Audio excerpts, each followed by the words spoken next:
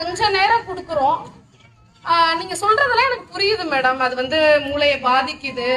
நார்மலா இருக்கக்கூடிய குழந்தைகள் மூளைக்கும் மொபைல் பார்த்து வீணா போகிற அடிக்ஷன் ஆன ஒரு குழந்தையுடைய மூளையுமே உருவ அமைப்புல நிறைய மாறுதல்கள் இருக்குன்றது வரைக்கும் இன்னைக்கு நிரூபிச்சிருக்காங்க.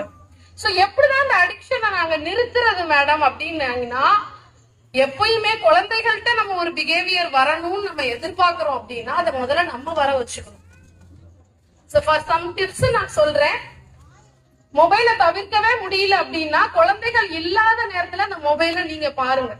வீட்டுக்கு குழந்தைகள் வந்துட்டாங்கன்னா ஸ்ட்ரிக்டா 2 நாளைக்கு அழுவாங்க, 2 நாளைக்கு மூஞ்ச தூக்கி வச்சுப்பாங்க, 3 நாள் ஆகட்டும், 1 வாரம் ஆகட்டும், சாப்பிடலன்னா கூட பரவாயில்ல, அந்த ஹாபிச்சுவலுக்கு வந்துருவாங்க.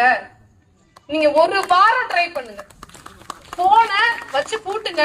இல்லைன்னா சிம் கார்டை எடுத்து நீங்க இந்த பழைய நோக்கியா மொபைல் விற்கும், சாம்சங் நோக்கியால சின்ன மொபைல் கிடைக்குது, உங்க சிம் கார்டை போட்டுக்கோங்க.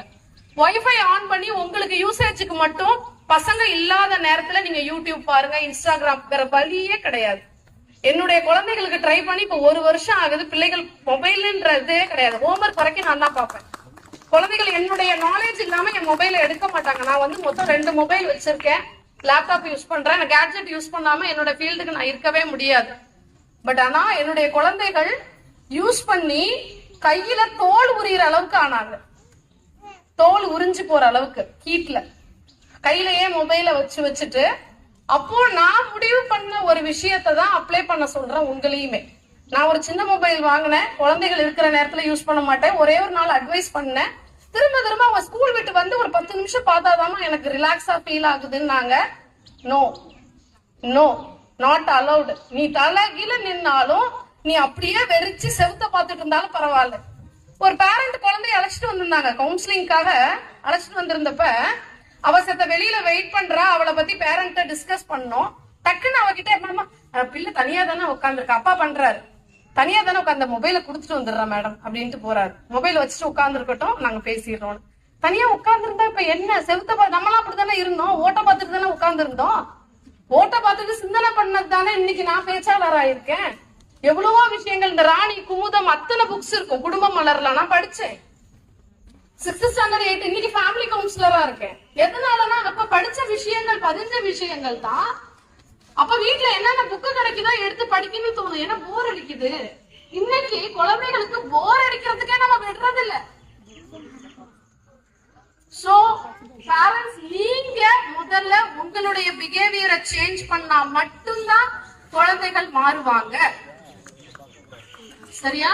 சோ நீங்க என்ன பண்றீங்க அப்படின்னா, மொபைல் யூசேஜ குறைச்சிருங்க. அப்படி அதே மாதிரி ஃபீல்டுல இருந்தீங்கன்னா குழந்தைகள் இருக்கிற நேரத்துல அவங்கள மட்டுமே போக்கஸ் பண்ணுங்க. வேற எதுவுமே வேணாம். குழந்தைகள் தவிர்த்த வாழ்க்கை கிடையாது. என்ன கேட்டீங்கன்னா அவங்கதான் வாழ்க்கை, ஃபர்ஸ்ட் பிரியாரிட்டி அவங்கதான். ஃபார் எக்ஸாம்பிள், நான் அவ்வளவு விஷயங்கள் இங்க சொல்லலாம். அதே மாதிரி இன்னொரு பழக்கம் என்ன இருக்கு அப்படின்னு பார்த்தா, பேரண்ட்ஸ் பண்ற தவறுகள் அப்படின்னு பார்த்தா, நான் ஃப்ரெண்டு மாதிரி வச்சிருந்தேன் என் பிள்ளைய. இன்னைக்கு வந்து அழறது. அமெரிக்கால படிக்க வச்சு அப்படி பண்ணிருக்காங்க. பிள்ளை என்ன பண்றானா, வீட்டுக்கே அழைச்சிட்டு வந்துட்டான் ஒரு பொண்ணை. அழைச்சிட்டு வந்துட்டு ஃப்ரெண்டு மாதிரி அம்மா பழகுனதுனால கல்யாணம் பண்ணாமே நாங்க லிவிங் ரிலேஷன்ஷிப்ல இருக்கோம், நீ கண்டுக்காதன்றான். அவங்க அம்மா வந்து என்கிட்ட கதறாங்க, ஃப்ரெண்டு மாதிரி அவனை வளர்த்தவன், நீங்க ஃப்ரெண்டு மாதிரி ஏவங்க வளர்த்தீங்க? பேரண்டா இருங்க, கண்டிப்போட இருங்கன்னு சொல்றேன் நான். பேரண்ட் ஃப்ரெண்டா இருக்கணும்னு அவசியம் கிடையாது. அந்த வார்த்தையை முதல்ல தூக்கி போடுங்க. நம்ம பேரண்ட் ஃப்ரெண்டா இருந்தாங்களா நம்ம கிட்ட? அம்மா அப்பா கிட்ட இந்த விஷயத்தை தான் அவன் எல்லாத்தையும் நல்லது கிட்டது கத்துக்கிட்டோம், எல்லாத்தையும் நம்ம கிட்ட ஷேர் பண்ணணும்ன்ற எல்லாத்தையுமே அம்மா கண்டுக்க மாட்டாங்க. அம்மா வந்து க்ளோஸா இருப்பாங்க, அம்மாட்ட இந்த விஷயம் எல்லாம் பேச முடியும் அப்படின்றதும் அவன் டீசெண்டா தான் புரிஞ்சுக்கணும், டீசெண்டா தான் நம்ம கிட்ட கன்வே பண்ணணும். ஒரு ஸ்டெப் ஸ்பேஸ் இருக்கணும். அம்மாவுக்கும் பிள்ளைக்கும் இருக்கணும், அப்பாவுக்கும் பிள்ளைக்கும் இருக்கணும், ஒரு பயம் இருக்கணும். அப்பதான் எங்க அம்மா அப்பாவுக்கு இந்த விஷயங்கள் பிடிக்காது அப்படின்ற அந்த ஸ்பேஸ நீங்க மெயின்டைன் பண்ணிட்டு தான் ஆக வேண்டும். சரியா?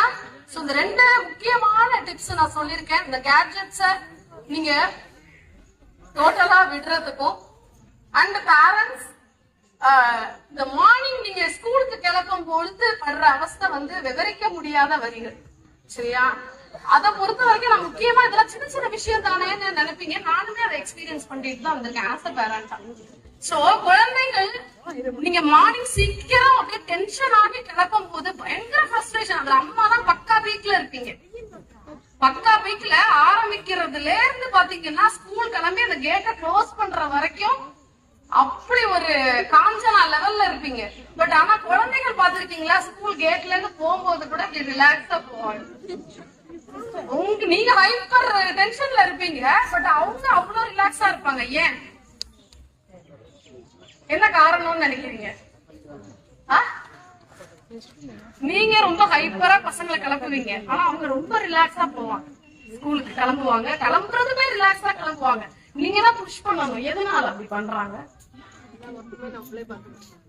எல்லாருக்குமே நம்ம பார்த்து கொடுக்குறோம், அதுல டென்ஷன் ஆயிடுறோம். சரியா? இனிமே கொஞ்சம் ரிலாக்ஸாவே கிளப்புங்கன்னு சொல்லுங்க. ஏன் அப்படி பண்றாங்க தெரியுமா? எப்படி நம்ம அம்மா அந்த டயத்துக்கு நம்மள கிளப்பி வெளில அனுப்பிடுவாங்க.